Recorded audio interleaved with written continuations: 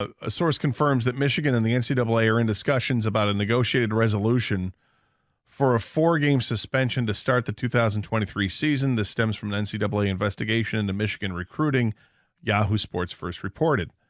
Pete Thamel follows that up with a comment from Tom Mars, who is Jim Harbaugh's attorney. Tom Mars on the potential 4-game suspension for Harbaugh says, quote, "We are continuing to work cooperatively with the NCAA staff on an enforcement matter.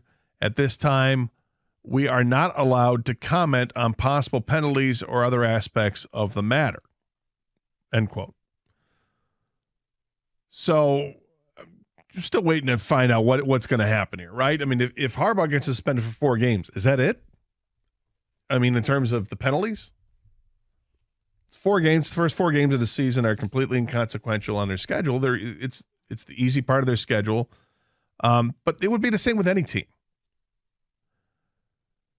I mean, you don't pick and choose when it happens, I guess. I said earlier, look, if you wanted to throw some meat at it, you say it's the first 4 games of the Big Ten schedule.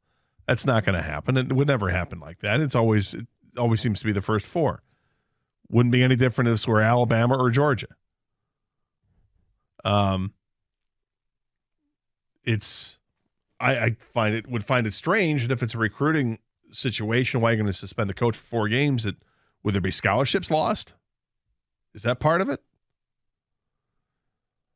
I don't know. That will remain to be seen, but it's something we're going to keep an eye on, and we're asking people at 248-539-9797. You want to text? You want to talk about it? This isn't a terribly new story. This is something that kind of broke way back in January. We knew about this, but now it's kind of coming to fruition here with what the suspension could be, and it basically stems from the NCAA saying that Jim Harbaugh lied to them in an investigation about the recruiting violations. And that if he hadn't lied to them, maybe things would have gone differently. But you lied to him, and that becomes a level 1 infraction, and that's when things really start to pick up and look difficult.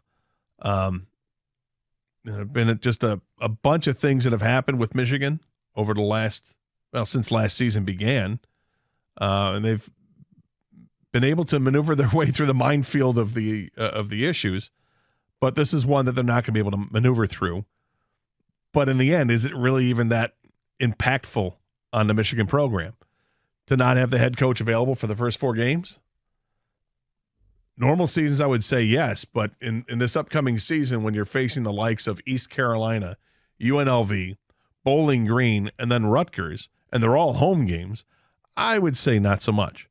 Now, if he is suspended for those 4 games, and then the assistant coaches, the tight ends coach and the offensive quarterback coach, Sharon Moore, if he's in trouble as well, and they suspend him or both of those guys for the first 4 games as well, maybe it has some more impact.